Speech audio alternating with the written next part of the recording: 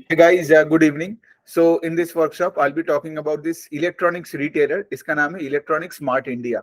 So electronic smart India अगर आप देखोगे, छोटा सा अगर मैं इनका बैकग्राउंड बता दूं, तो ये लोग हैदराबाद और तेलंगाना से चालू हुआ था और वही एरिया में अगर आप देखोगे इनका एक डोमिनेंट प्रेजेंस है.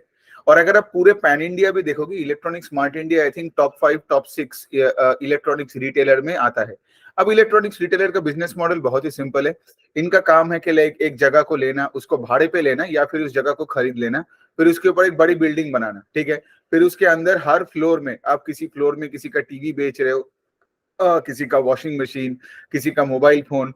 इनका खुद का कोई ब्रांड नहीं होता है. ठीक है. तो से फॉर एग्जांपल आपने देखा होगा कि राइट कि ऐसे दुकानों में आप जाओगे, आप देखोगे ऐसे लाइन पे line mobile phones, laptops, iPads.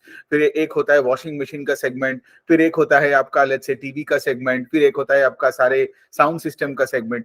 तो ये जो रिटेलर होते हैं, ये एक थर्ड पार्टी प्रोडक्ट्स ही बेचते हैं. राइट नाउ सिंस ये थर्ड पार्टी प्रोडक्ट्स बेचते हैं, इलेक्ट्रॉनिक स्मार्ट इंडिया, फिर एक और कंपनी है जिनको हम फिर से मतलब कवर करेंगे एक और वर्कशॉप में, आदित्य विशन करके. सो ये सारे जो कंपनीज है, सिंस ये थर्ड पार्टी प्रोडक्ट्स बेचने वाले हैं, तो इनका मार्जिन बहुत कम होते हैं, है ना. ये तो बाय डिफॉल्ट ही है. राइट. तो what is the way by which they can give a lot of shareholder value. ये आते हैं वॉल्यूम ग्रोथ से. मतलब ऐसे electronic smart India, Aditya Vision type के दुकान को हमेशा स्केल अप करते जाना है नया ज्योग्राफीज में, क्योंकि ये लोग एग्जिस्टिंग प्रोडक्ट में अपना मार्जिन बढ़ाना is very very difficult. Got it. तो बेसिकली क्या होता है कि ये लोग नया नया ज्योग्राफीज में जाते हैं, एग्जिस्टिंग ज्योग्राफीज में ज्यादा पेनिट्रेशन करते हैं, नया जगह में दुकान खोलते हैं और of course third party products बेचते रहते हैं. दूसरे एंगल से अगर आप देखोगे इनका बिजनेस मॉडल में, सोचो अगर मैं एलजी हूं और मैं एक फ्रिज ला रहा हूं. अगर मुझे पता है that there is an electronics retailer जो कि बहुत फेमस है, जो कि स्प्रेड आउट है, मुझे सिर्फ उनको जाके अपना पूरा माल बेचना है ना. राइट. तो इसमें धीरे धीरे देखोगे जितना बड़ा साइज होता जाएगा एक इलेक्ट्रॉनिक्स रिटेलर का, एक ओईएम के ऊपर उनका बार्गेनिंग पावर भी धीरे धीरे बढ़ता रहेगा. जैसे मैंने बताया अगर से फॉर एग्जांपल कोई इलेक्ट्रॉनिक्स रिटेलर नहीं होता, तो एलजी जब एक फ्रिज लाता है तो उसको हर जगह में जा जाके इस फ्रिज को देना पड़ेगा, उनका कॉस्ट ज्यादा बढ़ेगा. रादर देन वो करने से बेटर है कि मैं एकदम जाऊं एक इलेक्ट्रॉनिक स्मार्ट इंडिया को अपना फ्रिज दूं, वो एकदम बिकवा देगा across the country for example. Right. तो जितना बड़ा इनका डिस्ट्रीब्यूशन बेस होता है इलेक्ट्रॉनिक्स रिटेलर का, उतना ही इनका बार्गेनिंग पावर भी होता है.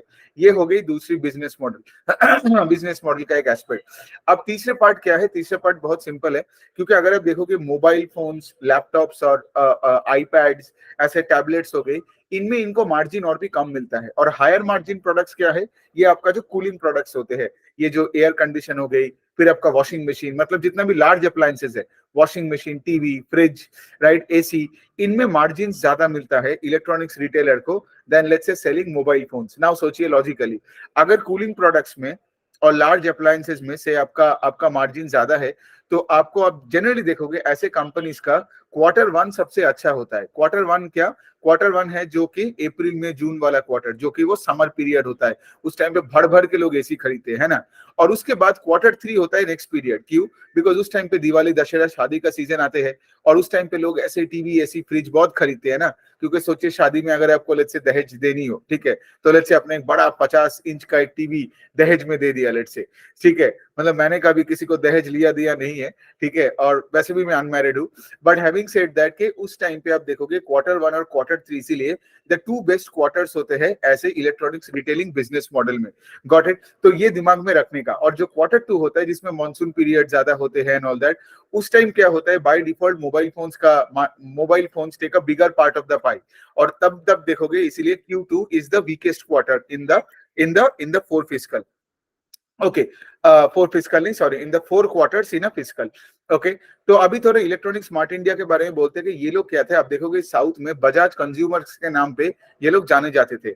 फिर इन्होंने क्या किया, इन्होंने ऑफ कोर्स जैसे मैंने बताया, इनको नया जगह में स्केल अप करना ही है, बिकॉज यहाँ पे पूरा ग्रोथ ही वॉल्यूम लेड आना चाहिए. क्योंकि यहाँ पे अगर आप इनका इलेक्ट्रॉनिक स्मार्ट इंडिया का अगर मैं आपको पैट मार्जिन बताऊं, तो वो कुछ 2-3% के आसपास है. तो यहाँ पे जो ग्रोथ आएगा, और ग्रोथ से जो इनका जो कंट्रोल ओवर फिक्स कॉस्ट तभी आएगा जब इनका top line is growing at a fast pace. तो इन्होंने क्या किया, दिल्ली और दिल्ली के आसपास के जगह को टारगेट किया. और 2022 से ये लोगों ने अपना वहां पे दुकान खोलना चालू कर दिया। सो बेसिकली क्या होता है, जब कोई आप नया ज्योग्राफी में जाते हो तो देखोगे जो आप नया दुकानें खोलते हो तो वहां पे अपफ्रंट खर्चा ज्यादा, मतलब अपफ्रंट का खर्चा ज्यादा होता है ना। मतलब सोचो आपके दुकानों में खर्चा, एम्प्लॉयज हायर करना, डिप्रिसिएशन के खर्चे, तो इसीलिए आप देखोगे इस कंपनी का मार्जिन्स कॉन्ट्रैक्टेड रहता है कंपेयर टू से इट्स कॉम्पिटिटर्स।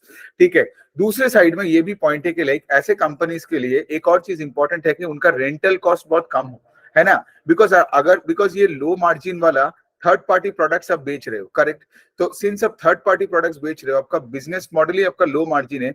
अगर आप एक पॉज जगह में उसका रेंट ले लिया तो आपका वॉल्यूम ग्रोथ के बाद भी शायद आपका कोई प्रॉफिट ना दिखे।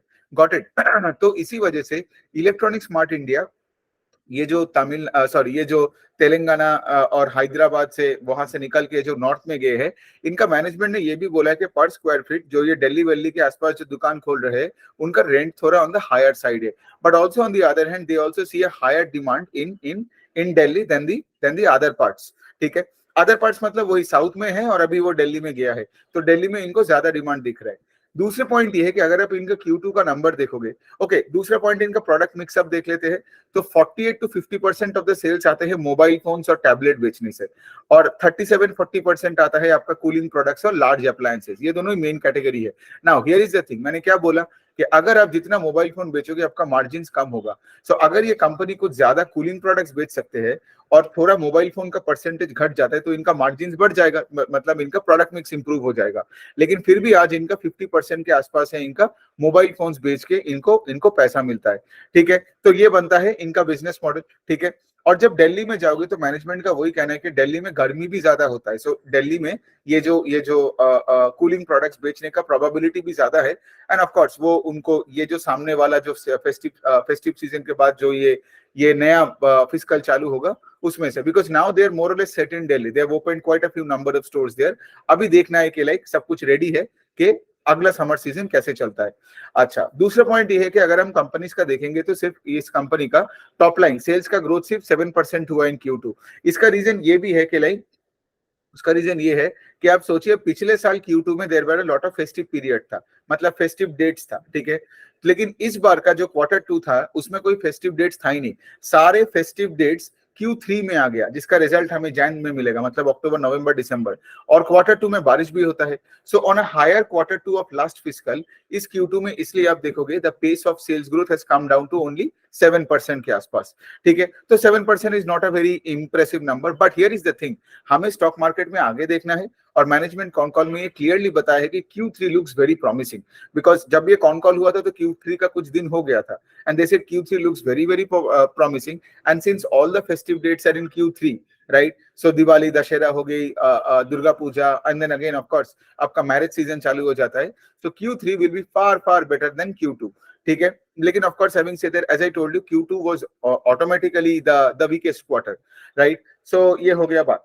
दूसरा साइड है कि इनके पास अभी कुछ 140 के आसपास स्टोर्स हैं, एंड दे से कि like for the remaining part of the fiscal they're going to add another, let's say 10 stores, so 10 to 15 stores, मतलब अगले 6 महीने में store count will go up by 10%। तो 6 महीने में 10% मतलब आप मोटा मोटी एनुअलाइज करके पकड़ लो 15-20% का स्टोर एक्सपेंशन का रेट है। तो जैसे मैंने बताया स्टोर एक्सपेंशन का रेट होनी चाहिए एट अ फास्टर पेस, क्योंकि स्टोर एक्सपेंशन का रेट घट गया या स्टोर्स बढ़ना बंद हो गया ना, तो फिर क्या होगा, आपका टॉप लाइन का ग्रोथ होना भी बंद हो जाएगा। So that's the whole game here in this electronics retailers. Okay, ये हो गई बात, और तो कुछ है नहीं। अभी तो Q3 का देखते हैं, इनका ROE का नंबर भी 15% है। I want this number two keep going up, right, because अगर आपका 7% का टॉप लाइन और ROE 15% है, सो बिजनेस डील उतना सही नहीं है for the time being. But also having said that, ये लोग दिल्ली में सेटल हुए हैं। अब देखना है कि अगले ये जो सामने Q3, Q4 और Q1 में क्या करते हैं, बिकॉज अभी उनका एक प्रेजेंस मोटा मोटी बन रहा है वहां पे। ठीक है, तो ये बनता है electronic smart India. When I do Aditya vision limited, जो कि एकदम बिहार और यूपी और झारखंड का जो इलेक्ट्रॉनिक्स रिटेलर है, doing the same business model, और तब आप दोनों वीडियो को एक साथ देख के you'll form a better understanding के हो क्या रहा है इस पूरे पिक्चर में। Okay, on that note, thank you.